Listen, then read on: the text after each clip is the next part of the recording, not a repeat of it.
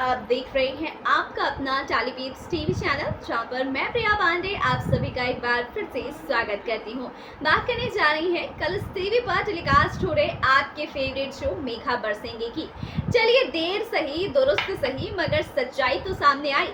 मेघा की चालाकी, उसकी छानबीन की ये दाद देनी पड़ेगी कि फाइनली उसने अपने धोखेबाज और फ्रॉड पति और ससुराल वाले का राज जल्द ही पता कर लिया कि कैसे उसके दूल्हे ने यानी मनोज ने उसके नाम पर 15 से 25 लाख का लोन लिया और सिर्फ 10 लाख का लोन भरकर अपनी पत्नी को फंसाकर जॉर्जियो भाग चुका है। दूसरी तरफ यहाँ पर मनोज के पिता और माता कर रहे हैं हमारी प्यारी मेघा पर अत्याचार और अब इस बात की सच्चाई आ चुकी है खुराना जी के सामने और गुस्से में वो हो गए हैं आग बबूला और अपनी बेटी के ससुराल वालों को दिलाना चाहते हैं जेल की सजा। इसके लिए अब मनोज को वो कॉल लगा रहे हैं और मनोज फोन नहीं उठा रहा है।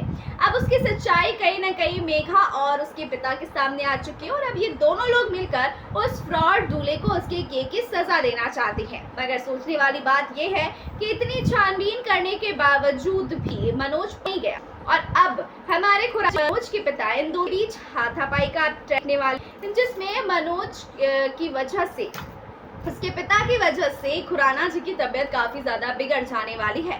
जिसके बाद रंजीता जो है वो अपने जो उनके बॉस हैं यानी अर्जुन, उनको कॉल करने वाली हैं और उन्हें बताने वाली हैं कि मनोज जो है ना उसने फ्रॉड किया है, वो फ्रॉड दूल्हा है, उसने मेरी बेटी से शादी की और जॉर्जियो भाग गया है 25 लाख रुपए लेकर और साथ ही साथ 15 लाख का लोन भी उसने मेघा के नाम पर लिया हुआ है।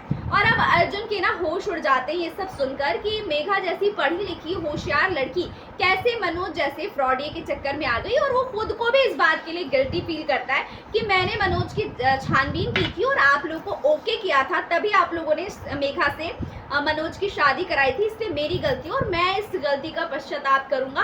उस मनोज जैसे फ्रॉड दूल्हे को मैं जरूर ढूंढ कर लाऊंगा। तो अब यहीं से कहानी शुरू होगी मेघा और अर्जुन की। वैसे मेघा बरसेंगे की कहानी का कॉन्सेप्ट लग रहा है अब जाकर शुरू होगा। वैसे आपका क्या कहना है सीरियल के आगे आने वाले जैक को लेकर? आप भी अपनी राय हमारे कमेंट बॉक्स में कमेंट करके जरूर बताइएगा।